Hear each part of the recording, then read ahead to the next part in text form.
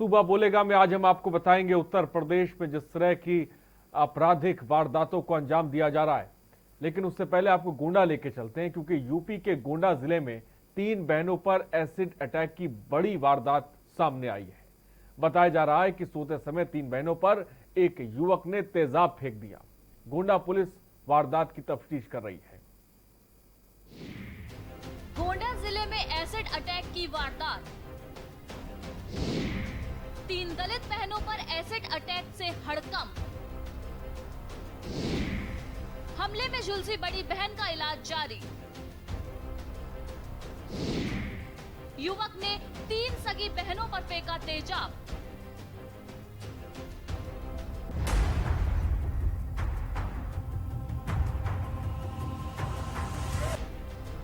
UP के गोंडा जिले में 3 बहनों पर एसिड अटैक की बड़ी घटना सामने आई है।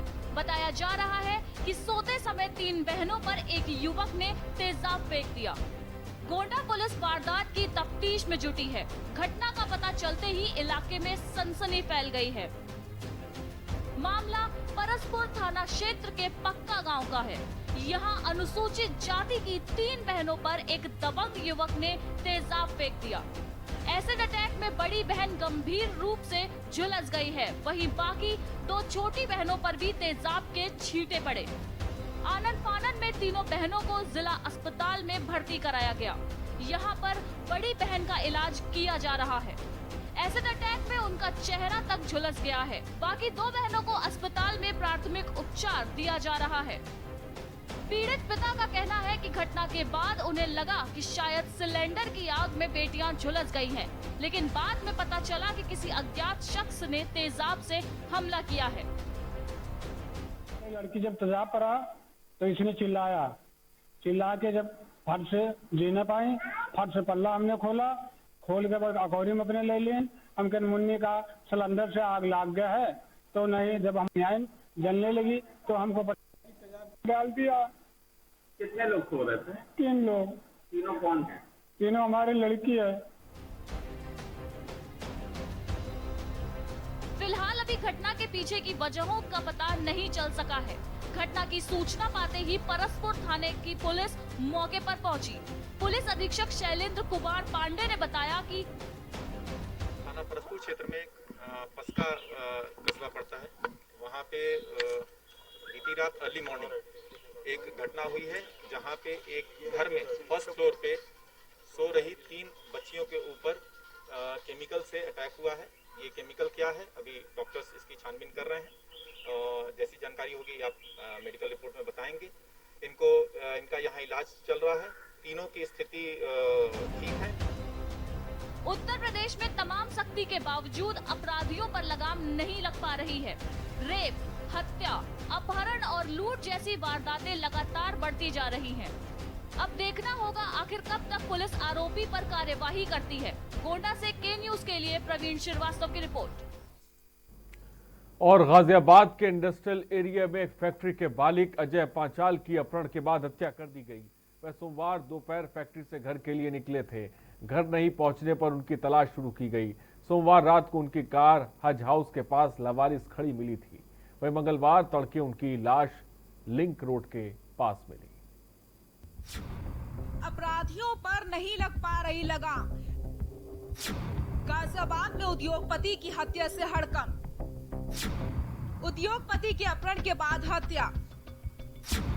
सोमवार दोपहर से लापता था उद्योगपति। हज हाउस के पास लावारिस खड़ी मिली कार। तार से गला घोटे जाने की आशंका।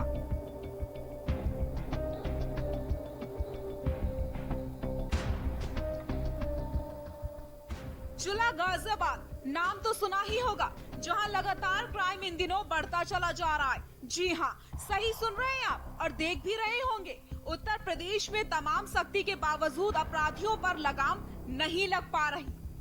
रेप, हत्या, अपहरण और लूट जैसी वारदातें लगातार बढ़ती जा रही हैं। नया मामला गाजियाबाद का है, जहां एक उद्योगपति की हत्या कर दी गई। उनका शव मंगलवार तड़के लिंक रोड में सड़क किनारे पड़ा मिला। उनकी कार हज हाउस के पास लावारिस खड़ी मिली। उद्योगपति सोमवार दोपहर से लापता थे। मंगलवार सुबह उनकी लाश मिली। घर वालों ने उनके अपहरण के बाद हत्या किए जाने की बात कही है। हालांकि पुलिस ने मामले की जांच शुरू कर दी है। बता दें, अजय पांचाल गाजियाबाद के जाने माने उद्योगपतियों में से एक थे। वह अलाइड केबल फैक्ट्री के मालिक थे। अजय अपने परिवार के साथ राजेंद्र नगर में रहते थे। अजय दोपहर को लगभग 1 बजे फैक्ट्री से लंच करने की बात कहकर घर के लिए निकले थे। फैक्ट्री से निकलने के बाद भी जब वह घर नहीं पहुंचे तो उनकी पत्नी ने उन्हें फोन किया। मोबाइल स्विच ऑफ होने पर उन्होंने फैक्ट्री में फोन किया। फैक्ट्री से उन्हें बताया गया कि अजय काफी देर पहले ही घर के लिए निकल गए थे। पत्नी ने थोड़ा और इंतजार किया और फिर घर वालों को इसकी सूचना दी। शाम तक कुछ सुराग न मिलने पर अजय के भाई कुलदीप त्यागी ने साहिबाबाद थाने में इसकी सूचना दी। पुलिस ने बताया कि देर रात अजय की कार हज हाउस के पास लावारिस खड़ी मिली। मंगलवार तड़के उनकी लाश लिंक रोड में सड़क के किनारे पड़ी मिली। उनके शरीर पर चोट के निशान थे।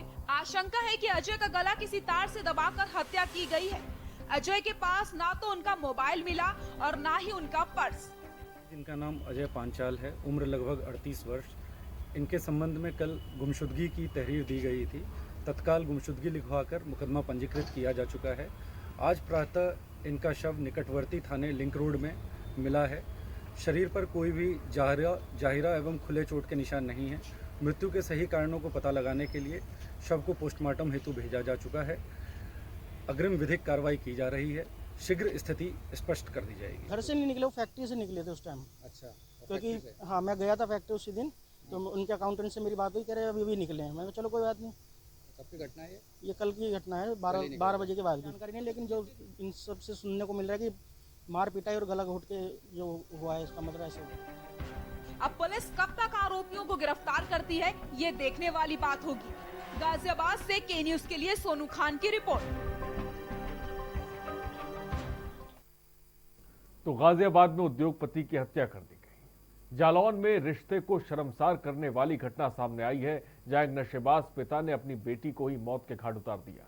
पूरा मामला कुठौन थाना क्षेत्र के डगरू का पुरवा गांव का है। बताया जा रहा है कि नशे में धुत एक शख्स अपनी पत्नी की जमकर उसने पिटाई की, जिसमें शख्स की बेटी झगड़े के बीच बचाव में आई, जिसके बाद पिता ने नशे में बेटी की गला दबाकर हत्या कर दी।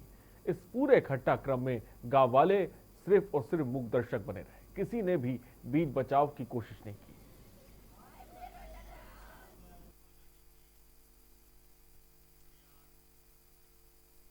बरेली भी दहल गया है। संपत्ति विवाद में मां बाप को मौत के घाट बरेली में उतार दिया गया। मर्डर की वारदात से इलाके में सनसनी फैल गई है। तो बरेली की बात कर लें या गाजियाबाद की बात कर लें या गोंडा की बात कर लें, सूबे में हर जगह अपराध का बोलबाला नजर आ रहा है। गाजियाबाद में आपको बता दें, उद्योगपति को मौत के घाट उतार दिया गया है। वहीं बात हम गोंडा की करें, जहां पर 3 लड़कियों पर तेजाब से उन्हें झुलसा दिया गया। फिलहाल पुलिस अभी तक पता नहीं लगा पाई है। ग्राफिक्स के जरिए हम आपको समझाने की कोशिश करते हैं। तो अपराधियों पर नहीं लग पा रही लगाम। गाजियाबाद में उद्योगपति की हत्या से हड़कंप। उद्योगपति के अपहरण के बाद हत्या। सोमवार दोपहर से लापता था उद्योगपति। हज हाउस के पास लावारिस खड़ी मिली कार। कार से गला घोटे जाने की आशंका। गोंडा जिले में एसिड अटैक की वारदात। 3 दलित बहनों पर एसिड अटैक से हड़कंप। हमले में झुलसी बड़ी बहन का इलाज जारी। युवक ने 3 सगी बहनों पर फेंका तेजाब। बरेली डबल मर्डर से मची अफरा तफरी। संपत्ति के विवाद को लेकर दंपति की हत्या।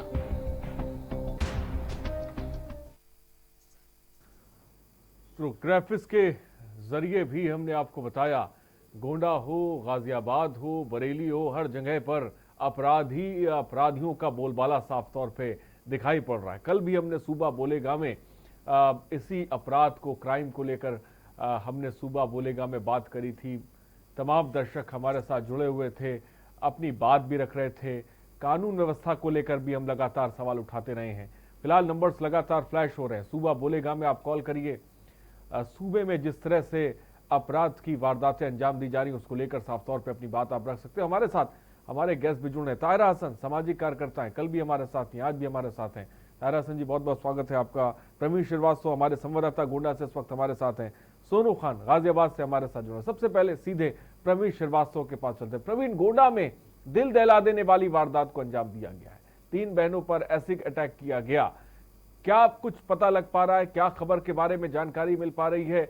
क्या अब तक उन लोगों का पता लग पाया है? कैसे उन लोगों ने वारदात को अंजाम दिया, इसके बारे में प्रवीण बताएं।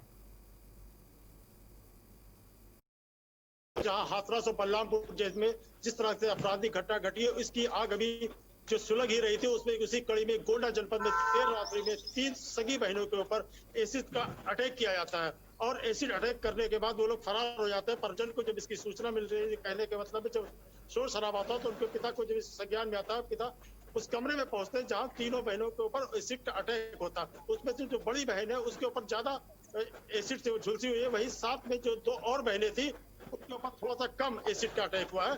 मगर ऐसी अवस्था में पिता जब अपनी बेटी को अपने पास लेता है तो उसका कहना है कि उसकी बनियान जो थी, जो उसने पहन रखी थी, और वो कट के गिरने लगी। इससे एहसास हुआ कि ये एसिड का ही अटैक है। ऐसे संबंध में शोर शराबा हुआ, परिजन लोग इकट्ठा हुए और पुलिस को भी इसकी सूचना दी गई। इस सूचना के बाद उन्होंने जिला चिकित्सालय गोंडा में वहां पर एडमिट करा और इसकी सूचना पुलिस को भी दी गई। पुलिस इस संबंध में अभी छानबीन कर रही है, मगर अभी तक उसके हाथ में कोई भी सुराग हाथ में नहीं लगे। वही परिजन से जब मेरी बात हुई तो परिजन का कहना कि हमारी किसी भी रंजिश नहीं थी, किसी से इस तरह की बात नहीं थी। अभी परिजन इस मामले में बोलने से बच रहे हैं, यूँ कहने की अभी उनको संज्ञान में ही ऐसा नहीं है कि ऐसा कौन कर सकता है। तो फिलहाल पुलिस इस मामले में तफ्तीश कर रही है, पूरी तरह से जानकारी करने की कोशिश कर रही है कि इस तरह के कौन से लोग हैं। मगर फिर मैं आपको बताना चाहूंगा, जहां योगी आदित्यनाथ जीरो टॉलरेंस की बात कर रहे हैं, उस जीरो टॉलरेंस को देखने को नजर नहीं आ रहा है। कहने को तो वादे बहुत बड़े हो रहे हैं, मगर अपराधियों के हौसले इतने बुलंद हैं कि अपराध बढ़ते ही जा रहे हैं। जहां कोरोना काल चल रहा है, यूं कह सकते हैं कोरोना काल में जहां कोरोना के ग्राफ घटे हैं, मगर अपराध के ग्राफ डे बाई डे बढ़ते चले जा अपराध रहे हैं। के जो ग्राफ है लगातार बढ़ता जा रहा है, उसका अंदाजा आप इन वारदातों से लगा सकते हैं, जो कल भी हमने आपको दिखाई, जो आज भी हम आपको दिखा रहे हैं। रोहित भदोई से इस बीच एक दर्शक हमारे साथ हैं। रोहित, अपनी बात को रखें। जी सर, सबसे पहले आपको बहुत बहुत नमस्कार। हमारी कल भी आपसे बात हुई थी और कल हमने आपके समक्ष एक मुद्दा उठाया था कि जो न्याय का काम, जो जिसको देने का न्याय का काम है, जब वो खुद अपने आप में कमजोर व्यवस्था के साथ कार्य कर रहे हैं, मैं पुलिस बल की बात कर रहा हूँ। मैंने कल आपको ये भी बताने की कोशिश की थी कि कितने पदों पे कितनी वैकेंसीज हैं, और वो मुझे समझ में नहीं आ पा रहा है कि ये जो सामाजिक मुद्दे हैं और जो कानूनी मुद्दे हैं, इन दोनों का बैलेंस करके समाज में संतुलन बनाने का कार्य तब तक नहीं हो सकता जब तक पुलिस महकमे में रिक्त सभी पदों को भर्ती नहीं कर दिया जाता। धन्यवाद आरिश जी। ठीक है रोहित, बहुत बहुत शुक्रिया। रोहित कह रहे हैं ये जो अपराध की वारदातें बढ़ रही हैं, इसके पीछे बड़ी वजह ये है पुलिस बल का कम होना। पुलिस बल बढ़ जाएगा तो ये अपराध की वारदातें कम हो जाएंगी या नहीं होगी। फिलहाल कैलाश झांसी से एक दर्शक इस बीच हमारे साथ हैं। कैलाश, अपनी बात को रखें। भाई साहब, उत्तर प्रदेश में जो अपराध बढ़ रहे हैं, ये समझ में नहीं आ रहा कि उत्तर प्रदेश को नजर किसकी लगी। इतने केस कर रहा है जो हमारे उत्तर प्रदेश के मुख्यमंत्री हैं, तो हमारे पुलिस क्या कर रही है? उत्तर प्रदेश पुलिस को सबसे पहले पुलिस को पता लगा कि जो ये अपराधी अपराध कर रहे हैं, इन्हें खास पानी कहाँ से मिल रहा है, इन्हें संरक्षण कौन दे रहा है, इनका संरक्षण दाता कौन है, सबसे बड़ी बात ये है। और आज तक के इतिहास में जब से मुख्यमंत्री जी ने एक वो फरमान भी जारी किया था, किसी भी थाना बार किसी भी अपराधी की आज तक लिस्ट नहीं बनी, चाहे वो हाथरस हो, चाहे झांसी में बलात्कार जैसा कांड हो गया हो, चाहे फतेहपुर हो, कहीं अपराधियों के इतने हौसले बुलंद हैं। आज देखिए 3 बच्चियों के साथ में ऐसे अटैक हुआ है। कितने शर्म की बात है, कितने दुख की बात है। अपन लोग तो केवल एक दुख ही जाहिर कर सकते हैं। मेरा तो यही कहने का मतलब ये है, सबसे पहले थाना वार अपराधियों की एक लिस्ट तैयार हो। हर थाने जो कितने जिले में, कितने जिले में कहाँ कितने अपराधी बाहर घूम रहे हैं, अपराध को अंजाम दे रहे हैं। ठीक है, बहुत बहुत शुक्रिया कैलाश हमसे जुड़ने के लिए, अपनी बात रखने के लिए। तो नंबर्स लगातार सूबा बोलेगा में फ्लैश हो रहे हैं, आप कॉल करिए, अपनी बात रखिए। सूबे में जिस तरह से अपराध की जो घटनाएं हैं लगातार बढ़ती जा रही हैं, हमारे साथ प्रवीण श्रीवास्तव। प्रवीण, आपने एसिड का जिक्र किया, क्या अभी तक जांच में साफ हो पाए किस तरह का एसिड था, जिसका इन अपराधियों ने इस्तेमाल किया है, इन 3 बहनों पर उसे फेंका है? जी, मैं निश्चित रूप से बताना चाहूंगा, फॉरेंसिक टीम वहां पर गई है, इस बात की जांच कर रही है। फिलहाल पुलिस अधीक्षक ने जो बाइट दी है, उन्होंने अभी इस एसिड की बात नहीं की है, मगर उन्हें केमिकल की बात की है। मगर प्रथम दृष्टया जो देखने से लग रहा है, जिस तरह से परिजन का कहना है, जो इस समय उसके लड़की की जो हालत है उसको देखने से कहीं कहीं लगता है कि इसमें कहीं ना कहीं एसिड का इस्तेमाल किया गया है। ठीक है प्रवीण बने रहिए, अब आपके पास आएंगे। हमारे साथ सोनू खान हमारे संवाददाता गाजियाबाद से। सोनू, उद्योगपति के अपहरण के बाद हत्या कर दी जाती है गाजियाबाद में, क्या जानकारी इस खबर को लेकर सोनू खान आपके पास? जी देखिए, बिल्कुल आपको बता दूं, अजय पंचाल है ये कल दोपहर के टाइम अपनी फैक्ट्री से बाहर के लिए निकले थे और उसके बाद से लापता हो गए थे। उसके बाद परिजनों ने थाने के अंदर जाके एक तहरीर दी थी, जिसके आधार पर पुलिस ने गुमशुदगी का मुकदमा दर्ज कर दिया था। और उसके बाद सुबह तड़के से सुबह जो हज हाउस है उसके पास इनकी गाड़ी लवास की हालत में हुई थी और उसके 1 घंटे बाद इनकी डेड बॉडी जो थाना लिंक रोड है वहां से बरामद हुई है।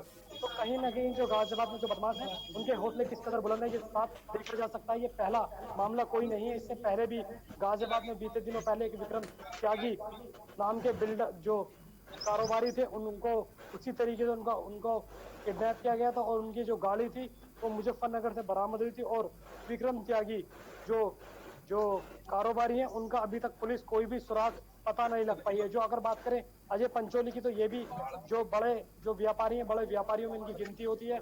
जो वायर होती है उसकी वायर की इनकी फैक्ट्री, और उसके बाद से ही ये लापता है लगातार। अभी तक ये बदमाशों का पता लग पाया है जिन लोगों ने किडनैपिंग की थी उसके बाद मौत के घाट उतार दिया, कि अभी तक पुलिस कुछ पता लगा पाई है?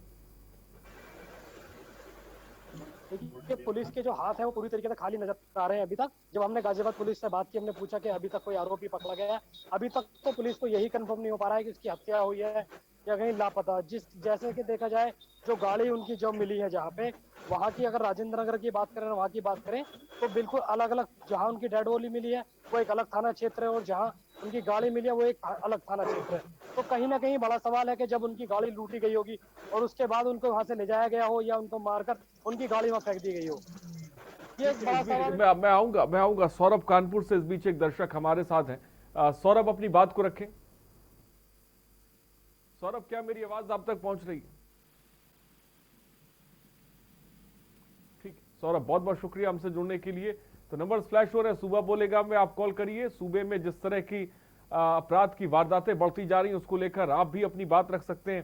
तायरा हसन सामाजिक कार्यकर्ता भी इस वक्त हमारे साथ हैं। तायरा हसन जी, गोंडा हो, बरेली हो या फिर हम बात गाजियाबाद की कर लें, हर जगह पर ऐसा लग रहा है कि अपराध का बोलबाला है। जिस तरह की कल भी हम लोगों ने क्राइम को लेकर बात की थी, जिस तरह से यूपी में क्राइम का ग्राफ बढ़ता जा रहा है और 24 घंटे के बाद ही धड़ाधड़ वारदातें जो सामने आई हैं, क्या कहेंगी सबसे पहले तारा हसन जी? नहीं, बिल्कुल देखिए, उत्तर प्रदेश में अपराध बढ़ रहा है, अपराधी बिल्कुल निडर हैं, बेखौफ हैं और महिलाओं के प्रति मैं कहूंगी सबसे जो दर्दनाक बात है, महिलाओं के प्रति बढ़ने वाले अपराध पर कोई रोक नहीं लग रही है। सोचिए, हाथरस वाले केस में 1 अक्टूबर को हाई कोर्ट को संज्ञान लेना पड़ा और 12 अक्टूबर यानी कल उन्होंने एडमिनिस्ट्रेशन की ठीक से उनसे पूछा कि ऐसा क्यों हुआ है, ये कमियां क्यों रही। लेकिन आप सोचिए, इस पे कोई लगाम नहीं लगा। आज गोंडा में ये हमको सुनने को मिला कि 3 बहनें जो सो रही थी, कुछ में आया है कि बरामदे में सो रही थी, वहां पे किसी ने आके उसके ऊपर तेजाब डाला। अब ये भी तय हो रहा है तेजाब है कि नहीं। मेरा कहना है 2013 में हाईएस्ट कोर्ट ऑफ लैंड ने हमारे ये पास कर दिया था वर्डिक्ट कि खुलेआम तेजाब नहीं बिक सकता है। तेजाब सिर्फ उनको दिया जाएगा जिनके पास आईडी कार्ड होगा और ऑथराइज्ड डीलर इसको बेचेंगे। तो ये खुलेआम कैसे बिक रहा है, पहला सवाल। और दूसरा, उन्होंने ऐड किया था उस समय 326A and B। तो 326B के तहत ये भी आता है कि वो मिट्टी जो भी कंटेंट है, अगर वो तेजाब नहीं है तो क्या जलाने वाला है, क्या वो बर्न करता है, क्या परमानेंट या टेम्परेरी कुछ इफेक्ट करता है, तो वो भी उसी कैटेगरी में आ जाता है। तो जैसा कि अभी बता रहे हैं आपके भी रिपोर्टर कि उनके पिताजी ने जब उठाया तो उनकी बनियान जल गई, उनको लगा कि ये तेजाब है। तो अभी ये सबसे बड़ी बात ये है कि इसका पता करना चाहिए कि वो कहां से बिक रहा है, कैसे बिक रहा है। जब सुप्रीम कोर्ट का वर्डिक्ट आ चुका है, उसकी गाइडलाइंस आ चुकी है, तो ये गाइडलाइंस को फॉलो क्यों नहीं किया जा रहा है? देखिए, बार बार हम लोग महिलाओं पे बढ़ती हुई हिंसा पे बात करते हैं, अपराध पे बात करते हैं। जीरो टॉलरेंस कहां से होगा? जो कानून बने उनका इम्प्लीमेंटेशन ही नहीं हो रहा है। रोज आए दिन कानून की धज्जियां उड़ रही हैं। तभी तो हाई कोर्ट को संज्ञान लेना पड़ा, और जो सवाल पूछे एडमिनिस्ट्रेशन जवाब देते न बना उससे कि वो जवाब देते। उन्होंने पूछा ना, कितनी बड़ी बात पूछी कि अगर आपकी बेटी होती तो क्या ऐसे ही आप कर देते उसका दाह संस्कार? क्या किसी अमीर की बेटी होती तो ऐसे ही दाह संस्कार हो जाता? क्या परिजनों को यह अधिकार भी उनसे छीन लिया जाता? तो ये इस तरह का जब कोर्ट को इंटरवीन करना पड़े, आप सोचिए, तो ये एडमिनिस्ट्रेशन क्या कर रहा है भाई? इसका काम है कि जो लगाम लगाए इस पे बढ़ते हुए अपराधों पर। सवाल उठता है कि खाकी वर्दी का डर क्यों नहीं है? क्या वजह है? इसको देखा जाना चाहिए कि क्या हो रहा है, कौन उनको और इस तरह के ऑर्डर दे रहा है कि वो जो है पूरे कानून की धज्जियां उड़ाए दे रहे हैं। सही बात आपने कही कि क्यों आखिर खाकी वर्दी का डर नहीं है इन अपराधियों में जो बेखौफ होकर वारदात को अंजाम दे रहे हैं। गोंडा में एसिड 3 बहनों पर फेंक दिया जाता है। गाजियाबाद में एक व्यापारी के अपहरण करके हत्या कर दी जाती है, और बरेली में भी आपको बता दें वारदात को अंजाम दिया गया। उमेश जैन एक दर्शक इस बीच हमारे साथ हैं। उमेश जैन जी, अपनी बात को रखें। नमस्कार साहब जी नमस्कार, बोलें। हाँ, मैं ये कहना चाह रहा था कि उत्तर प्रदेश में जो थाने हैं वो अपराधियों को नहीं रोक रहे हैं, केवल पैसा कमाने में लगे हुए हैं। इस वजह से मैं ये कहना चाह रहा था कि उत्तर प्रदेश में अपराधी को पुलिस नहीं रोक रही है, केवल पैसा कमाने में लगे हुए हैं, और ज्यादा से ज्यादा थाने इसी चक्कर में लगे हुए हैं, जिससे अपराध नहीं रुक रहे हैं। गरीबों को मारा जा रहा है, कोई उनकी सुनने वाला नहीं है, और कोई मॉनिटरिंग नहीं है, कोई शासन प्रशासन का कोई डर उन्हें नहीं है। ठीक है उमेश जैन जी, बहुत बहुत शुक्रिया। सुनील गोंडा से इस बीच एक दर्शक हमारे साथ है। सुनील, अपनी बात को रखें। जी, मैं आपको बताना चाहूंगा उत्तर प्रदेश में जिस तरह से अपराध बढ़ते जा रहे हैं, अभी हाथरस और बलरामपुर की जैसे घटना अभी शांत भी नहीं हुआ था। दूसरी घटना आज रात गोंडा में जिस तरह से दलित बहनों के ऊपर एसिड फेंक कर ये घटना की गई है, वो बहुत ही निंदनीय है। आखिर इस पर इतना सख्त एसिड अटैक पर इतना सख्त कानून होने के बावजूद सरकार इस पे क्यों नहीं रोक लगा पा रही है? उत्तर प्रदेश में इस तरह से अपराध बढ़ते जा रहे हैं, इसको आखिर उत्तर प्रदेश की सरकार कब तक लगाम लगाएगी? और खास करके दलितों पर ही अत्याचार हो रहे हैं, इस पर कब रोक लगाएगी?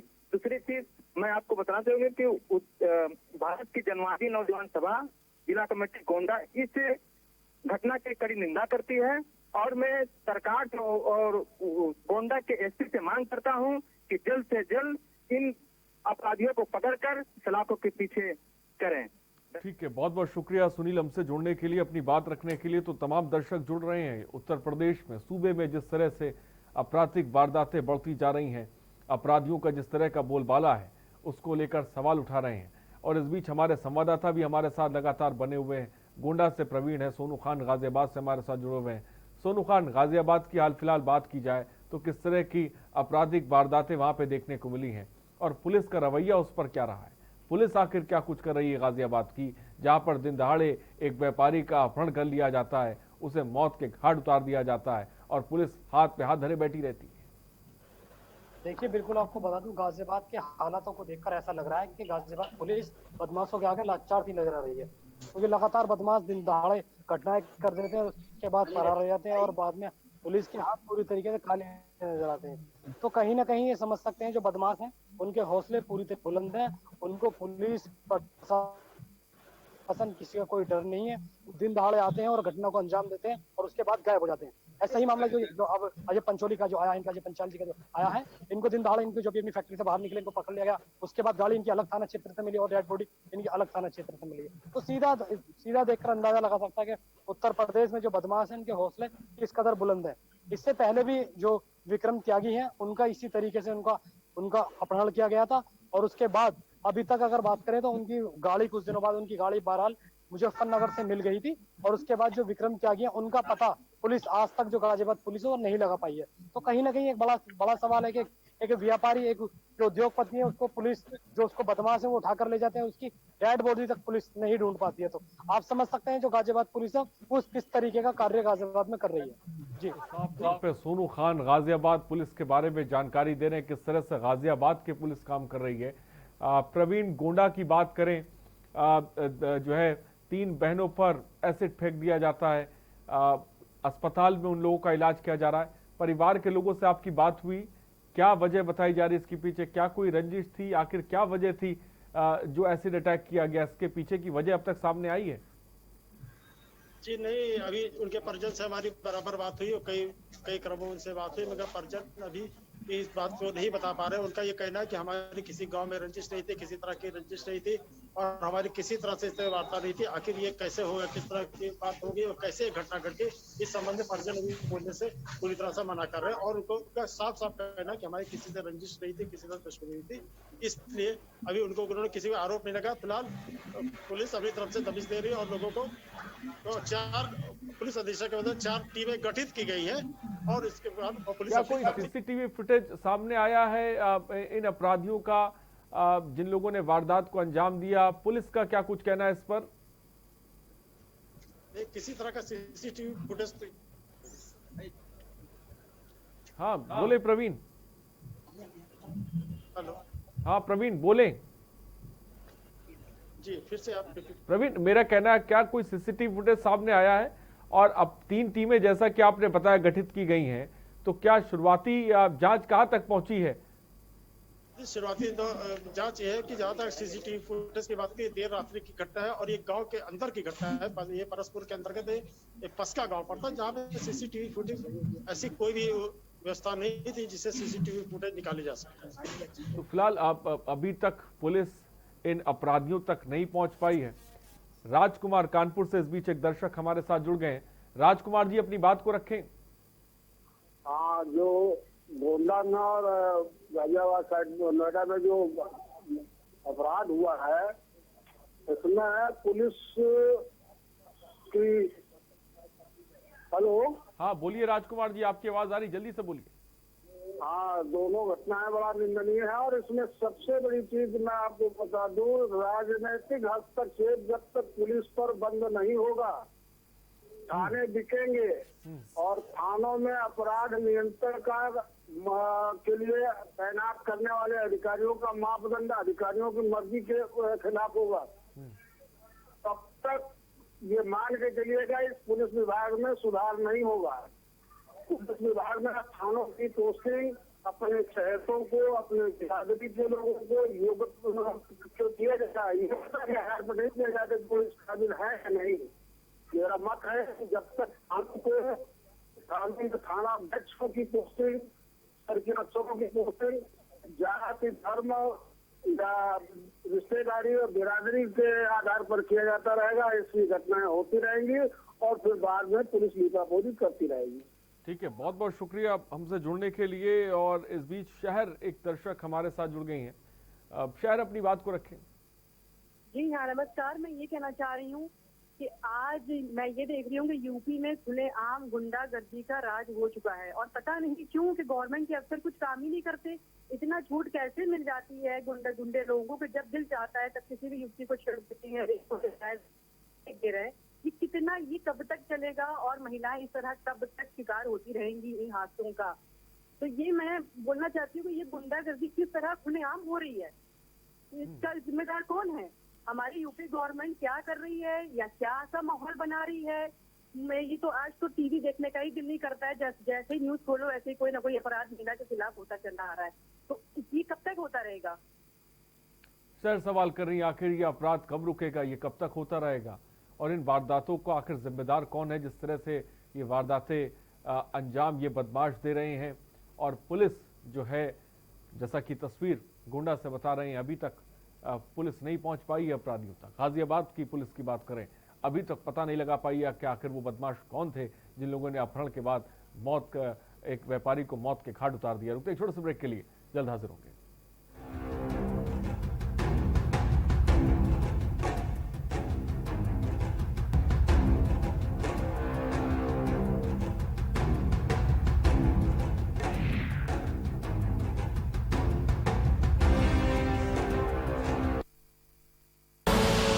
आप देख रहे हैं के न्यूज, खबरों का सारथी।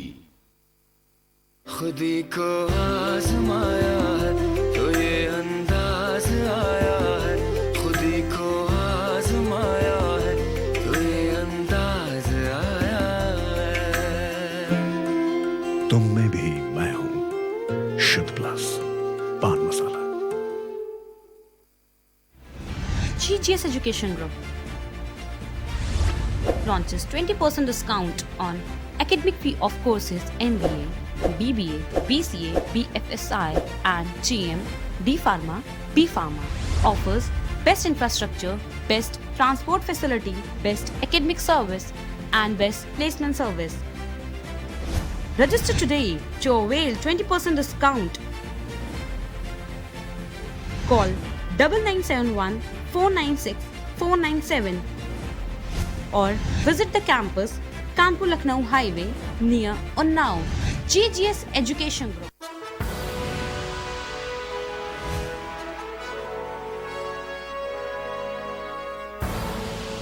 आप देख रहे हैं के न्यूज, खबरों का सारथी।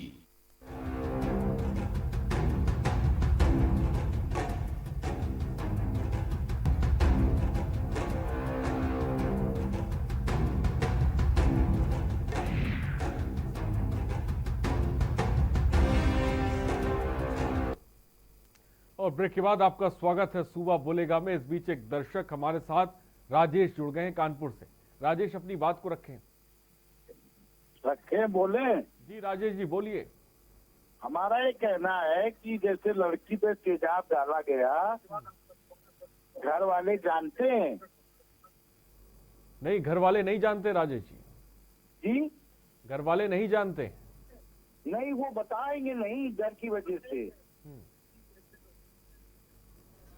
ठीक है राजेश जी, बहुत बहुत शुक्रिया हमसे जुड़ने के लिए। तो तमाम दर्शक हमारे साथ जुड़ रहे हैं, अपनी बात रख रहे हैं।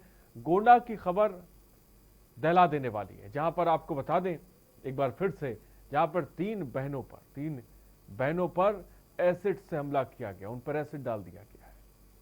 तीनों अस्पताल में भर्ती हैं जहां पर उनका इलाज किया जा रहा है, लेकिन गोंडा की पुलिस अभी तक पता नहीं लगा पाई है कि आखिर ये बदमाश कौन है। गाजियाबाद की खबर भी हमने आपको बताई, जहां पर एक व्यापारी की अपहरण के बाद उसे मौत के घाट उतार दिया जाता है, लेकिन पुलिस अभी तक वहां पर भी नहीं पहुंच पाई है। तायरा संजी, हाथरस का मामला हमारे सामने है, जहां पर प्रशासन अपनी फजीहत करा चुका है। बड़े बड़े अधिकारी हमने हाथरस में जाते देखे, लेकिन इन सब के बीच हम एक तस्वीर ये भी देख रहे हैं कि उसके बावजूद भी जो महिलाओं पर अपराध की जो वारदातें हैं वो लगातार बढ़ रही हैं। बदमाशों में खौफ नहीं है, डर नहीं है। डीजीपी साहब तमाम बैठकें करते हैं, तमाम आदेश और निर्देश दिए जाते हैं, लेकिन जमीनी स्तर पर तस्वीर बिल्कुल वैसे ही है जैसे पहले थी, वैसे अब है। बिल्कुल सही आप कह रहे हैं, लेकिन बहुत शर्म की बात है। ये उत्तर प्रदेश सबसे बड़ा प्रदेश है और जो राजनीति की दशा और दिशा को तय करता है वहाँ क्या हो रहा है। एडमिनिस्ट्रेशन और शासन और प्रशासन क्या कर रहे हैं। हाथरस की घटना हाईकोर्ट संज्ञान लेता है, उसी के बाद देखिए हाथरस की घटना के बाद बलरामपुर में हो जाता है, उसके बाद आजमगढ़ में हो जाता है। मतलब कोई रोक ही नहीं है महिलाओं के साथ। कोई जहाँ चाहे अभद्रता और सेक्सुअल वायलेंस होता है, न खाकी वर्दी का डर है, न कानून का डर है। आखिर क्यों ये सवाल खड़ा होता है? ये सवाल इसलिए है, देखिए तभी तो कोर्ट को अभी बुला के ऊपर बात करनी पड़ी, सख्ती तल्ख लहजे में बात करनी पड़ी हाई कोर्ट को, क्योंकि जब बच्ची को आनन फानन में वो जला दिया जाता है, परिवार वालों से राइट ले लिया जाता है वो भी, और उस पे जो है कोई सवाल नहीं खड़ा करने देते। और दूसरी बात जो होती है वो उसके देहांत के बाद, कितनी दुखद बात है, देहांत के बाद एक जिम्मेदार पुलिस ऑफिसर खड़े होकर कहते हैं बलात्कार नहीं हुआ, जबकि 2013 में जो बलात्कार की डेफिनेशन में चेंजेस आए हैं उसमें सीमन की भी जरूरत नहीं है, उसमें पेनिट्रेशन की भी जरूरत नहीं है बलात्कार को प्रूव के लिए। तो आखिर क्या कानून पढ़ के आए हैं, क्या कानून बता रहे हैं? यही तो हाईकोर्ट ने भी इससे पूछा कि कैसे कह दिया डाइंग डिक्लेरेशन सुप्रीम कोर्ट की guideline, you can not deny it. उसको कैसे, जब इस तरह की बातें होंगी तो बताइए कि इसमें खौफ कहाँ पैदा होगा अपराधियों में। जस्टिस वर्मा की रिपोर्ट का जिस मैं बार बार कहती हूँ, निर्भया के बाद जो आया था उसमें ये था कि government and institution will stand with the women. लेकिन यहाँ क्या हो रहा है, यहाँ कोर्ट को संज्ञान लेना पड़ा। तो जाहिर है आजमगढ़ में 8 साल की बच्ची और उसके बाद संस्कार बताते हैं कि लड़कियों में संस्कार देना चाहिए। अरे 6 साल की लड़की, 8 साल की लड़की, 3 साल की लड़की, 70 साल की बुढ़िया को क्या संस्कार दिया जाए?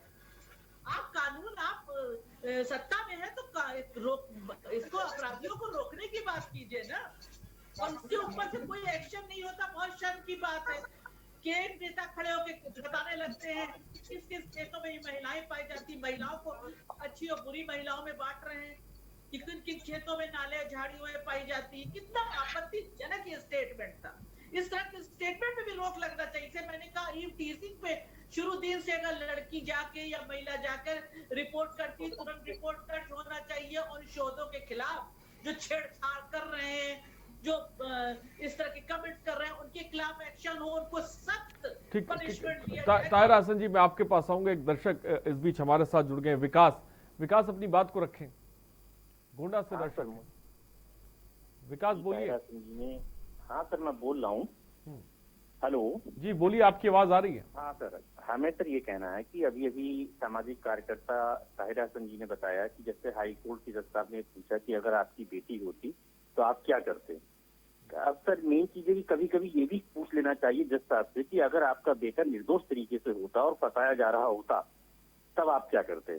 दूसरी चीज तो मुझे ये भी कहनी है कि ताहिरा हसन जी सामाजिक कार्यकर्ता हैं, ये इधर केवल चैनल पे ही बैठी रहती हैं, हमने देखा है, आपकी ही सैकड़ों चैनल पे बैठी रहती हैं, ये सामाजिक काम करती हैं।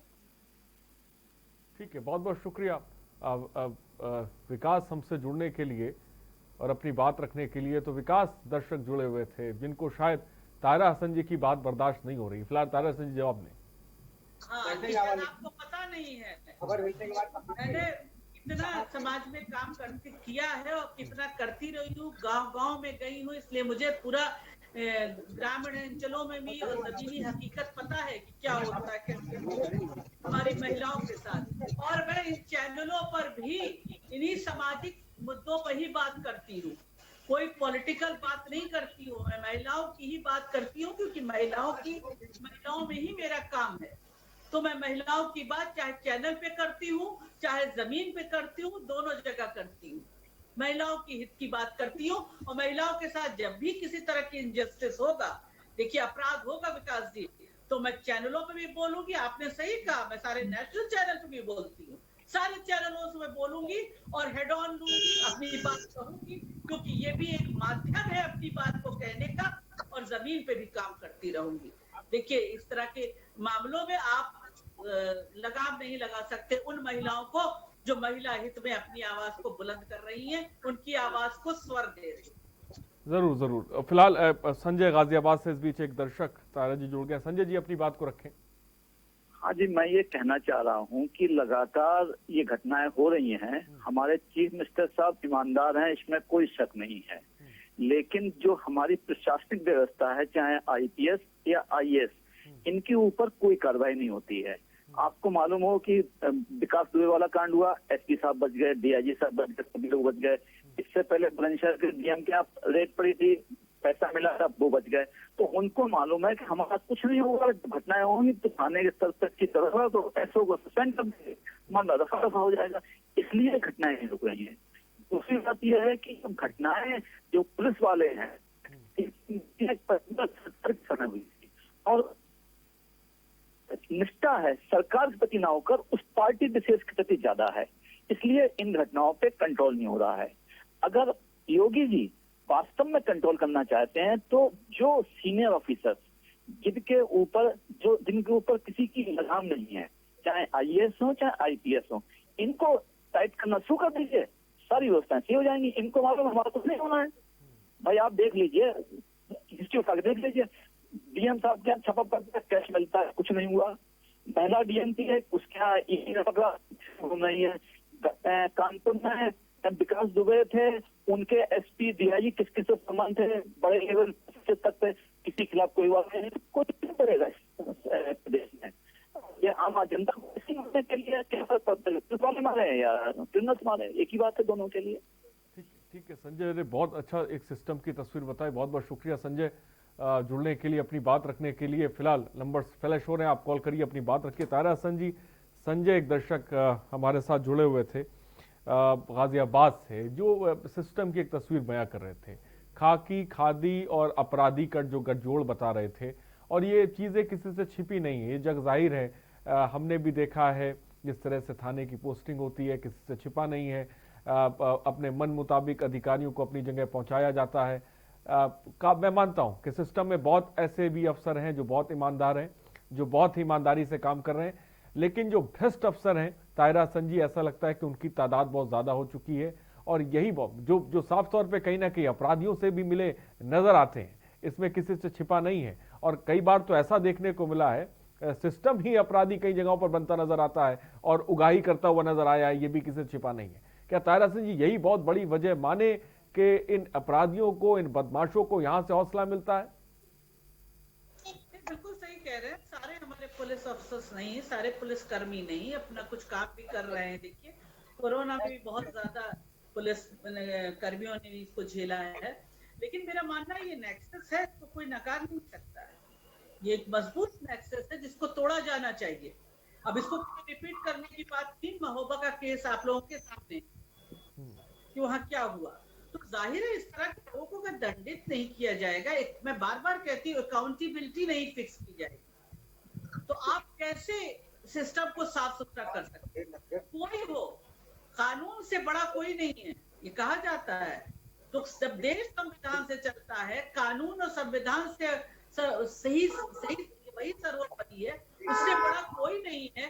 तो जो भी कानून के खिलाफ कर रहा है, जो भी कानून को वॉयलेट कर रहा है, उस पे अकाउंटेबिलिटी फिक्स होनी चाहिए। और जहां भी वारदात होती है, देखिए चाहे अपहरण की हो, अभी साधुओं के साथ भी हो रही है, व्यापारियों को जिस तरह से अपहरण और मौत ये सब हो रही है, अपहरण हो, महिलाओं के साथ हो, किसी भी तरह का अपराध हो, तो वहां पर जो भी थाना इंचार्ज है उनके ऊपर भी अकाउंटेबिलिटी फिक्स होनी चाहिए, उससे बातचीत होनी चाहिए कि क्यों ये वारदातें हो रही, महिलाओं के साथ जो ये वारदातें बढ़ी, वहां भी अकाउंटेबिलिटी फिक्स होनी चाहिए।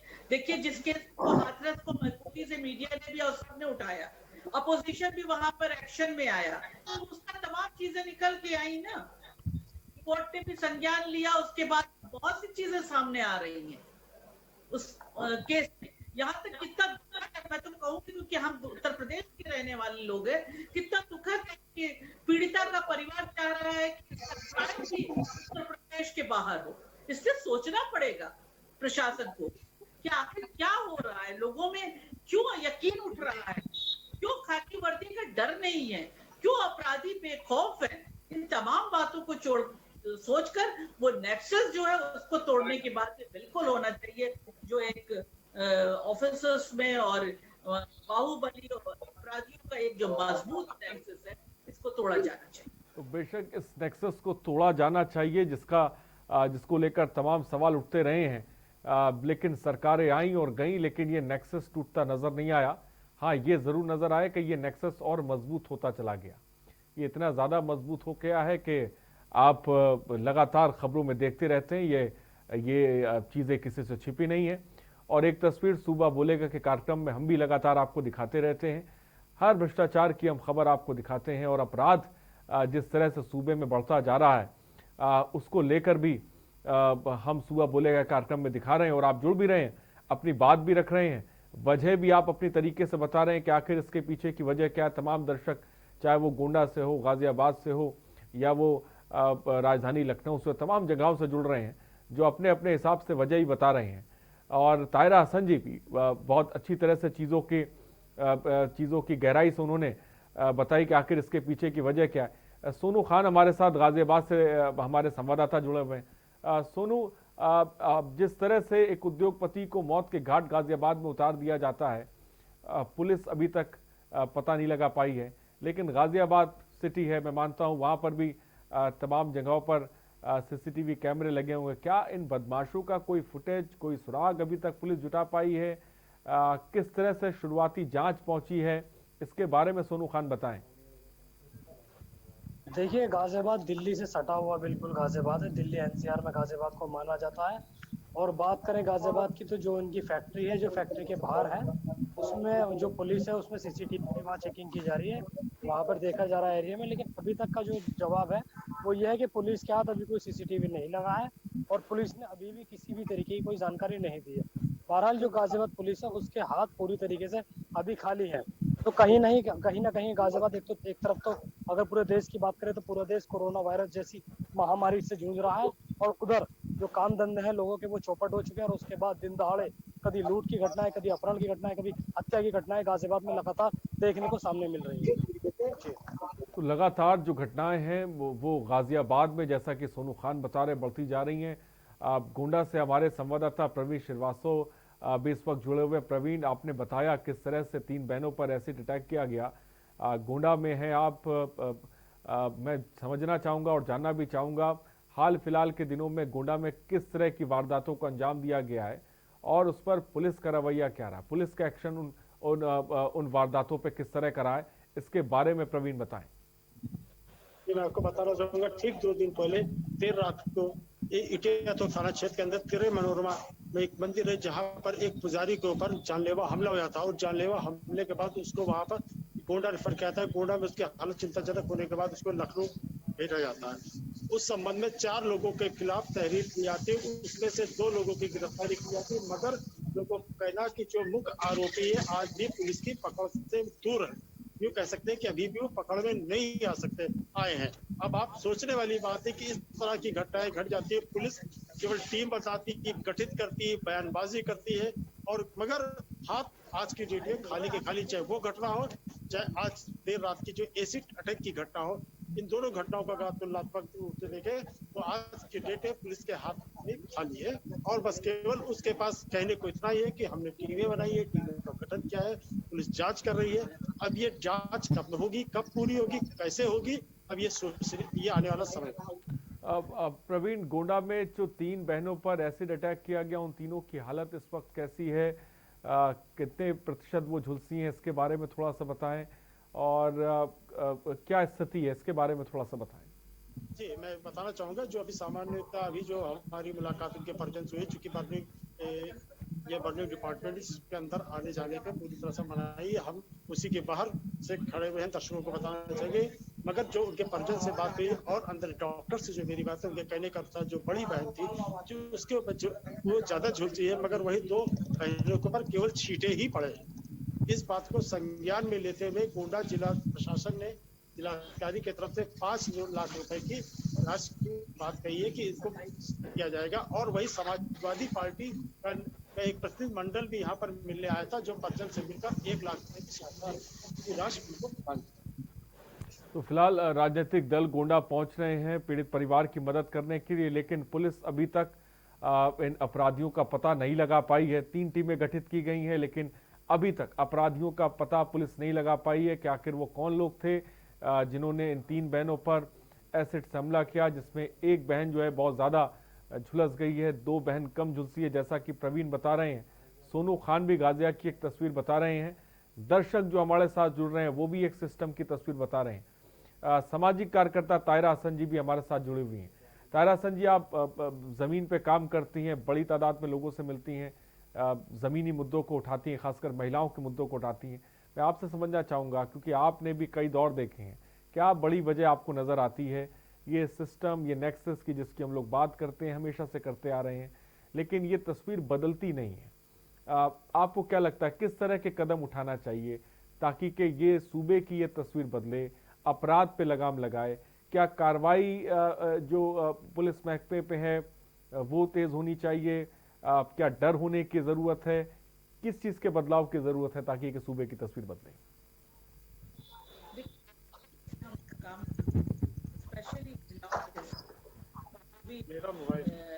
लोअर महिलाओं के साथ मैंने देखा है कि जेंडर डिस्क्रिमिनेशन तो है, लेकिन निर्भया के बाद मेरा मानना है कि बहुत गहन अध्ययन के बाद और बहुत कुछ टाइम देने के बाद जो कमेटी बनी थी उसने बहुत से इनपुट्स लिए, उससे महिला संगठन से बना, उस कानून की इम्प्लीमेंटेशन की बात होनी चाहिए। मैं मानता हूं कि 3000 करोड़ जो निर्भया फंड इस्तेमाल किया जाना चाहिए। और खासकर मेरा फिर कहना है, बार बार कहती हूँ, तभी रोका जा सकता है कि जब ईव टीजिंग शुरू होती है, उसी समय जब कोई भी महिला या बच्ची जाती है एफआईआर दर्ज करें, तो एफआईआर दर्ज करके उस पर एक्शन होना चाहिए। आप देखिए एफआईआर ही दर्ज करने में बड़ा समय लगता है, बलात्कार के बाद। ताहिरा हसन जी, मैं आपकी बात को मुकम्मल करूंगा। फिलहाल इस वक्त एक बड़ी खबर हम आपको आगरा से बताने जा रहे हैं।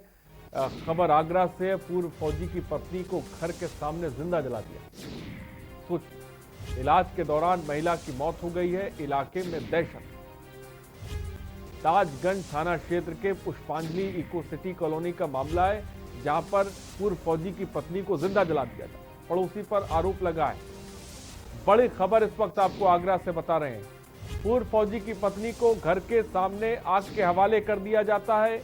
इलाज के दौरान महिला की मौत हो गई है। इलाके में दहशत का माहौल है। ताजगंज थाना क्षेत्र के पुष्पांजलि इको सिटी कॉलोनी का ये मामला इस वक्त आपको बता रहे हैं। पड़ोसी पर आरोप लगे। 5 दिन पहले विवाद हुआ था। आप सोचिए, 5 दिन पहले विवाद होता है, हौसला इस कदर बढ़ जाता है कि पूर्व फौजी की पत्नी को घर के सामने आग लगा के जिंदा जला दिया जाता है। अभी जबकि हम सूबा बोलेगा के कार्यक्रम में अपराध पर बात ही कर रहे हैं, उसी बीच एक खबर हमारे पास आगरा से आई है, जहां पर आप सोचिए दिल को दहला देने वाली वारदात को अंजाम दिया गया है। यहां पर एक पूर्व फौजी की पत्नी को आग के हवाले कर दिया जाता है। आगरा से खबर, और इलाज के दौरान महिला की मौत हो जाती है। इलाके में दहशत। ताजगंज थाना क्षेत्र के पुष्पांजलि इको सिटी कॉलोनी का ये मामला इस वक्त आपको बता रहे हैं। पड़ोस का ही रहने वाला है आरोपी। 5 दिन पहले विवाद होता है और उसके बाद इस तरह की घटना को अंजाम देता है, इस तरह की वारदात को अंजाम देता है। तो आगरा की बात करें, फिर हम बात गोंडा की करें, गाजियाबाद की करें, बरेली की करें, या फिर उत्तर प्रदेश की किसी और शहर की करें, तस्वीर कमोवेश हर जगह एक ही जैसी नजर आती है। कहीं पर दिन दहाड़े वारदात को अंजाम दिया जाता है, कहीं पर किसी का अपहरण कर लिया जाता है।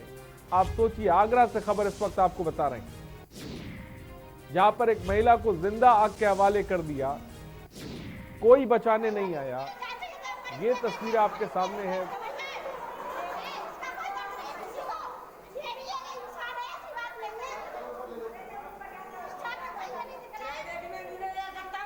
महिला को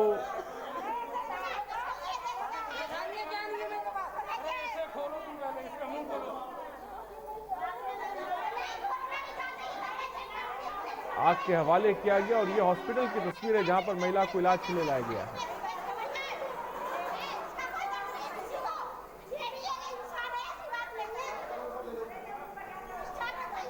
और इसी महिला की आपको बता दें, इलाज के दौरान मौत हो जाती है।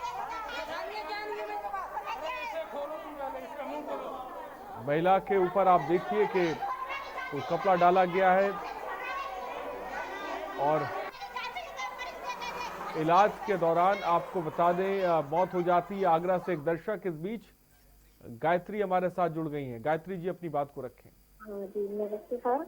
जी हेलो जी, बोलिए गायत्री जी, आपकी आवाज हम तक पहुंच रही है। नमस्ते सर। जी नमस्कार, बोलिए। हेलो जी गायत्री जी, क्या कहना चाहती हैं, आप बोल सकती हैं। हाँ जी, जैसे ये दिखा रहे हैं अपराधी वगैरह, ये पकड़े नहीं जाते। शरेआम आजकल यूपी में बहुत ज्यादा ही दंगा हो रहा है। हेलो जी जी, सुन रहे हैं आपको, बोलिए। हाँ जी, ये जैसे अपराधी आजकल बहुत ज्यादा दंगा हो रहा है, जो अपराधी पकड़े नहीं जा रहे, चाहे ये साइबर क्राइम के हो, चाहे ये ऐसे हो, खुलेआम घूम रहे हैं। साइबर क्राइम बहुत ज्यादा बढ़ा है। हमारे साथ भी साइबर क्राइम हुआ है, और ये वारदात हो रही है सर। पुलिस ही का रहता है इसमें, सब क्या रहता है सर, ये क्यों हो रहा है ये अपराध, ये जानकारी लेना चाहते। पुलिस प्रशासन क्या मतलब सख्ती नहीं कर रही है, अपराधी खुलेआम घूम रहा है, ये क्यों हो रहा है सर? बड़ी बात और बड़ा सवाल गायत्री जी उठा रही हैं कि आखिर इन अपराध की वारदातों पर लगाम क्यों नहीं लग रही है। अभी देखिए, हम सुबह बोलेगा के कार्यक्रम ही कर रहे थे, और आगरा से दिल को दहला देने वाली खबर और ये तस्वीरें दिल को दहलाती हैं, जहां पर आप देखिए एक महिला किस तरह से तड़प रही है। दुखद बात यह है कि ये महिला अब इस दुनिया में नहीं रही, इनकी मौत हो गई है। इनको अस्पताल जो है ले जाया गया, लेकिन इन्हें बचाया नहीं जा सका है।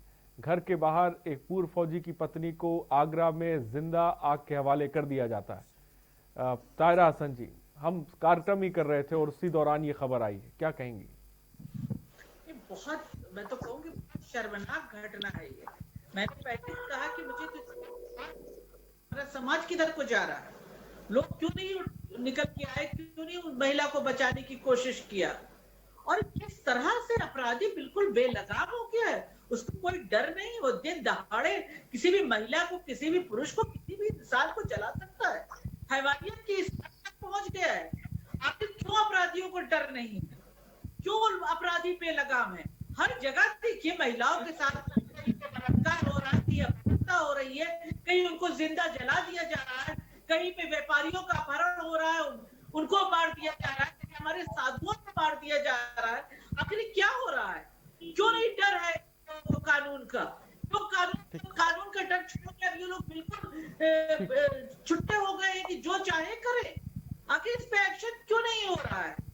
क्यों नहीं अपराधियों को दंडित किया जा रहा? मैंने पहले भी कहा था, महिलाओं के केस में भी ये जस्टिस वर्मा कमेटी में ये बात कही गई थी, किस तरह के केसेस का निस्तारण भी फास्ट ट्रैक कोर्ट से हो, पुलिस एविडेंस प्रोड्यूस करे प्रॉपर्टी कोर्ट में, और तुरंत इन पे लगा कर एफआईआर दर्ज हो, फॉरेंसिक रिपोर्ट जो भी हो जल्दी जल्दी आए, सारा बेशक तायरा जी, वक्त की कमी है, डर बहुत जरूरी है, अपराधियों में होना चाहिए, लेकिन वो डर सूबे में फिलहाल खासकर इन अपराधियों में नजर नहीं आता। बहुत बहुत शुक्रिया तायरा जी हमसे जुड़ने के लिए, प्रवीण श्रीवास्तव हमसे जुड़ने के लिए बहुत बहुत शुक्रिया, सोनू खान आपका बहुत बहुत शुक्रिया तमाम जानकारी देने के लिए, और दर्शक आप सभी का बहुत बहुत शुक्रिया हमसे जुड़ने के लिए, अपनी बात रखने के लिए। तो कहीं पर तेजाब से हमला, कहीं पर जिंदा आग के हवाले किया जा रहा है, कहीं पर दिन दहाड़े अपहरण कर मौत के घाट उतारा जा रहा है, लेकिन उसके बाद भी इन अपराधियों में खौफ नहीं है, डर नहीं है, ये वारदात को अंजाम दे रहे हैं।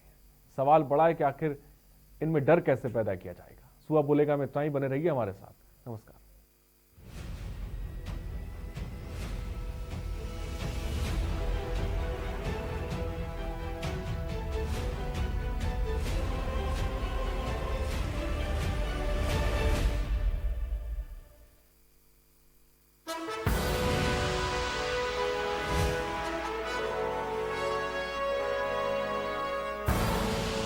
आप देख रहे हैं के न्यूज, खबरों का सारथी। उत्तर प्रदेश के विभिन्न जनपदों के विशिष्ट उत्पादों को देश से लेकर विदेश में पहचान दिलाने और उससे जुड़े लोगों की आय बढ़ाने की दिशा में मील का पत्थर साबित हो रही है मुख्यमंत्री योगी आदित्यनाथ के कुशल नेतृत्व में शुरू की गई एक जनपद एक उत्पाद यानी ODOP योजना। परंपरागत पेशे से जुड़े हुए लोगों को प्रोत्साहित करते हुए अगर हम आर्थिक स्वावलंबन की ओर अग्रसर कर पाए